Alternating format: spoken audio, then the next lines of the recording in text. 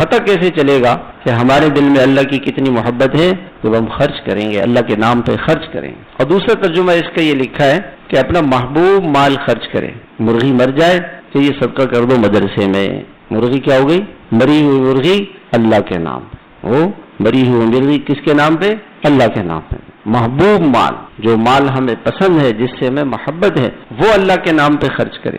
اور تیسری تفسیر اس کی لکھی ہے وَآتَ الْمَالَ عَلَى حُبِّهِ، خوش ہو، مال دے کر خوش ہو کہ میں نے اللہ کو دیا ہے، غمگین نہ ہو، ناراض نہ ہو کہ بھی چلا گیا، اللہ کے نام پر دینے کی عادت ڈالے۔ تو وہ واقعہ جو میں نے سنایا کہ یعنی وہ جو باغ کے اندر جو حبشی غلام تھا، اس کو صدقے کی برکت کیا ملی؟ آزادی بھی مل گئی، باغ میں مل گیا، اور پھر اس نے کیا کیا؟ پھر صدقہ کر دیا۔